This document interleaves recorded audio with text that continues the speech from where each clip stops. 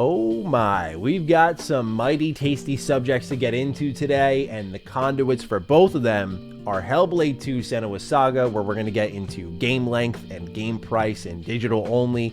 Naturally, all these are subjects I'm pretty passionate about, but with Indiana Jones and the Great Circle, we're going to get into the subject of the surprise reaction I've seen online to people going, why is this first person with the occasional third person? Shouldn't it always be third person? I have thoughts on both, so I'm going to get into them. Ladies and gentlemen, if you're new here, you know what to do already. Consider subscribing. Let's start off with Hellblade 2, because the information that we're getting here is straight from the Xbox Wire post, straight from the developer's mouth. No leaks, no rumors, no nothing. This is the developer saying that Hellblade 2 is going to be about the same length as Hellblade 1. And that is a pretty big deal for many people because this game has been in development for a long while. And Hellblade 2, many people were expecting with how often we've seen it that it would be at least a longer game than Hellblade 1. But Hellblade 1, for me, as someone who platinumed the game, took about 6 hours. So if Hellblade 2 is also 6 hours long and coming in at the $50 price point, digital only, we're going to discuss if that's okay or not. And obviously, it varies from person to person, but I'm going to offer my perspective on things. First, let's read the words of Ninja Theory on the Xbox Wire post, where they say this. This may sound like a lofty mission, but it is something we are proud to have achieved before in Hellblade: Senua's Sacrifice, a game built in a space we call independent AAA, where we worked with the creative spirit and freedom of independent development, but strove for the types of high-end production values often only associated with AAA games. We also took advantage of the freedom that digital-only distribution offered us to create a game of the length that perfectly fits our story with our intended experience, but could also be sold at a lower price to reflect the shorter length of our story.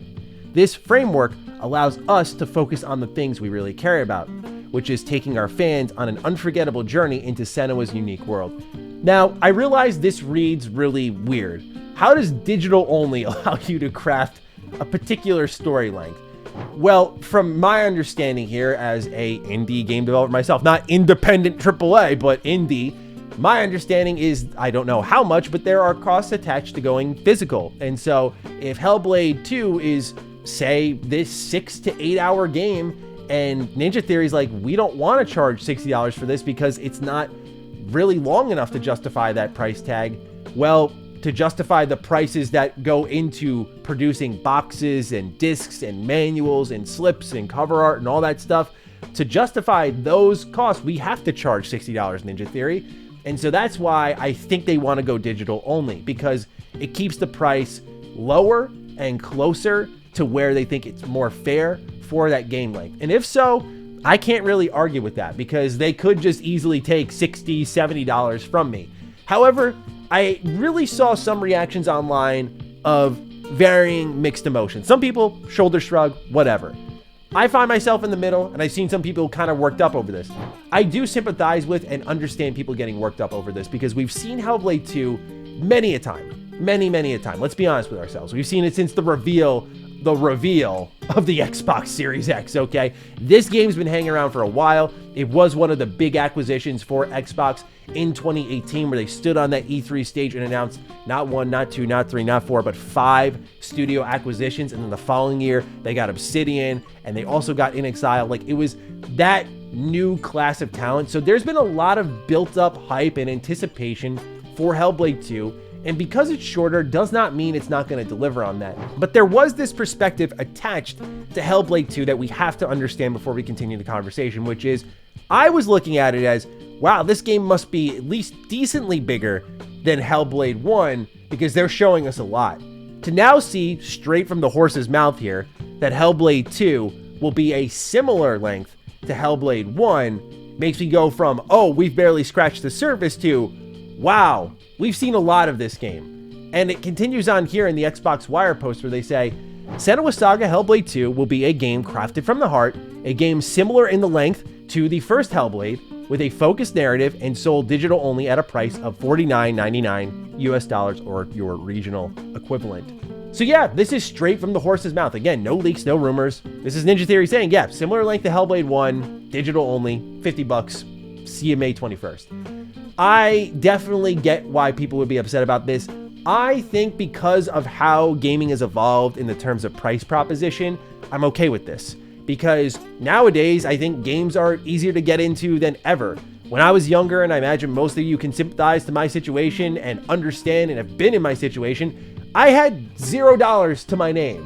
Whether it was because I was growing up in a family with like no money at all, or when I was, in my teen years, I was doing this as a part-time job, barely making any money, and I had to pay a couple of bills. So whenever I bought a game, it was about, hey, here's $60, maybe $50, and I need hours of game time in return, hours and hours. So my Assassin's Creeds, any open world game spoke to me. Since then, the industry's evolved. You have Game Pass, Humble Bundle, PS Plus, Nintendo Switch Online, Steam sales are crazy, digital storefronts are going hard right now, like GOG is getting competitive, like you're having so many different places fighting for your dollar and lowering that floor more and more, where games are insanely cheap right now. Is it a luxury hobby? Yes. Has it always been one? Absolutely. But there is the reality that like you could, if you afford a system, you could either pay a $15 a month subscription service and get a ton of games, or see a digital sale and load up your library with a ton of games for the price of one. Like it is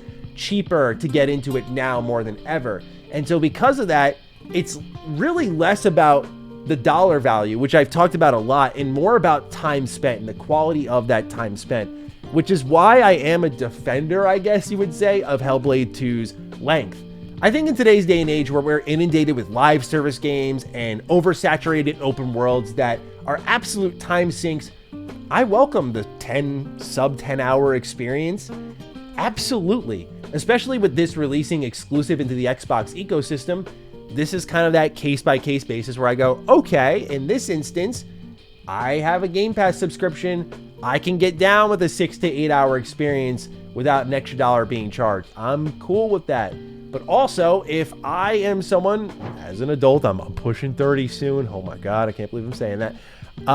Yeah, I look at an experience like this, and some weekends people are incredibly busy, and I think this is going to speak to a lot of adult gamers.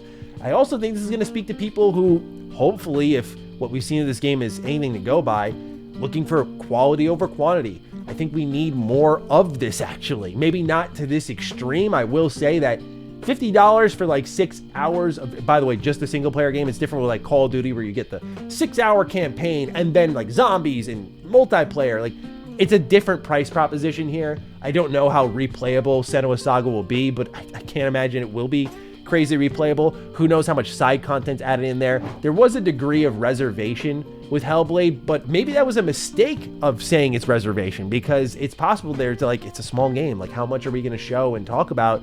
Because every step in this journey is going to be meaningful and purposeful because it's such a short game, which is a good thing, and depending on who you're asking, a bad thing. But I think in today's day and age as well, like, we have so many great games coming out, and it is becoming, if you're a JRPG fan, for example, you have Yakuza, Persona, Grand Blue, you have a new JJK fighting game. Like, you have, in just the singular opening week of February, right? You have so much going on right then and there. A couple weeks later, you get Final Fantasy VII. It's to the point now where games are becoming so long, you have to pick and choose. Even if you have money to blow, you have to pick and choose.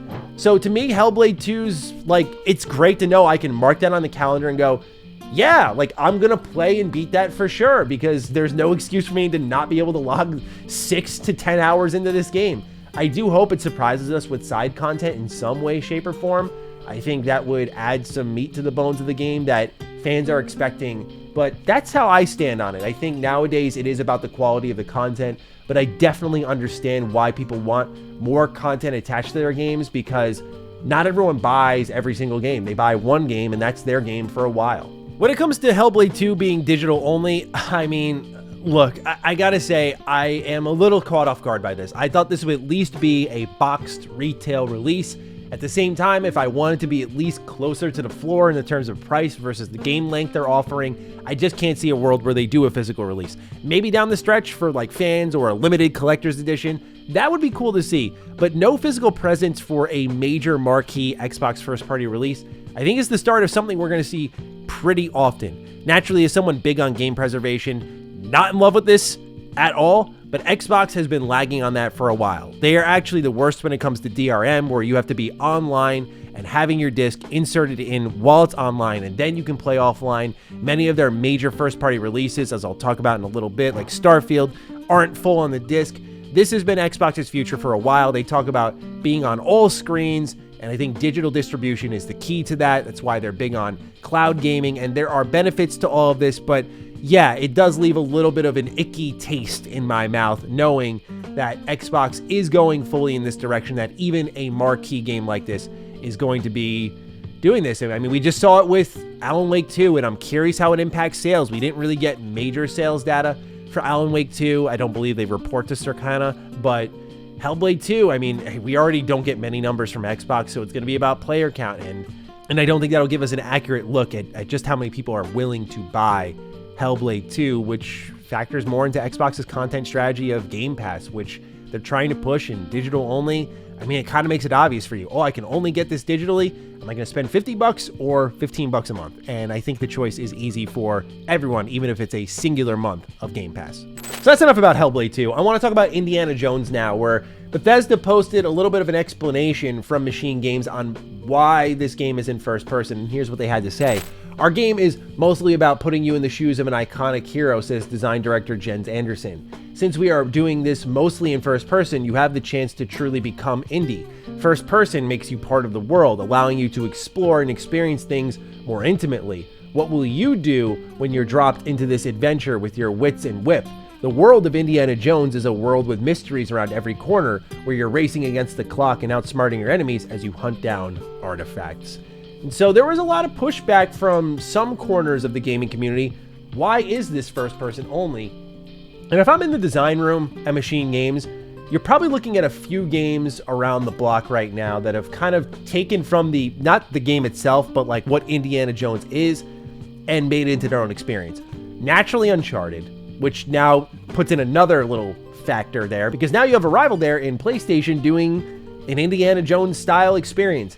Then you've got Tomb Raider, which is also very Indiana Jones inspired, and I'm sure there's many more I'm not considering right now. But if I am Machine Games, I look at this as a win. We get to separate ourselves by being mostly first person, which is something that these games aren't doing, because I already know, and we are not going to pretend this wouldn't have been the case.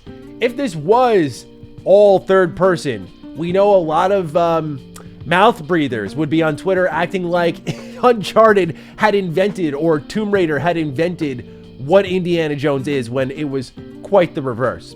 So I would personally say, to avoid that whole conundrum, alone, that was the right call to go first person. But more importantly, it plays into the strengths of the existing talent at Machine Games, which cannot be overstated enough at this point, I think, with how we're seeing game development go.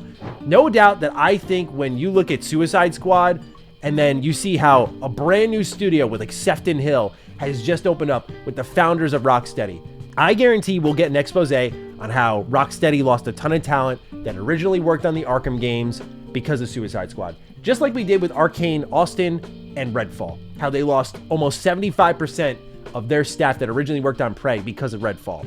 And so I think it's so important nowadays to speak to the strengths of your staff, because for those who don't know, hiring in game development is very particular. Take it from me. Like, you need people with specific strengths in specific areas with specific engines. Like, it's that fine detail. That's why it's hard to sometimes find a job in gaming. You have so many talented people, but you know, there are particular games that are being made at particular times. And so certain skill sets thrive and certain ones are kind of case by case. Not to say that these talents can't be flexible, but it means that playing to your strengths as a first-person shooter developer, using first-person mechanics and then bringing third-person into the traversal and the cutscene delivery and the more intimate story moments, that, I think, is what exactly Indiana Jones and the Great Circle needs to be.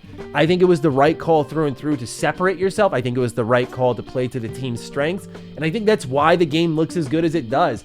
Right away, cutscene 1, when we were watching the developer direct, you see this villain menacing, getting in Indy's face. You know, he's slapping the dirt in his face, saying he's going to leave him out here in the sands. And Indy headbutts him. It's just that same feeling you got in Wolfenstein. These messed up villains that are so horrific, so gripping when they're on screen. Think of the milkshake scene from Wolfenstein 2. Like, what a captivating moment, I feel. Like, you just get lost in the performance and you fear for your life almost. Like, to know that's going to be Indiana Jones because they understand that particular style of delivery, but also that they'll do what they did in Wolfenstein and pull out in third person and bring this character to life. That works for me, especially when the model is Harrison Ford, and then you even got Troy Baker doing a phenomenal job as Indy. Sounds so good.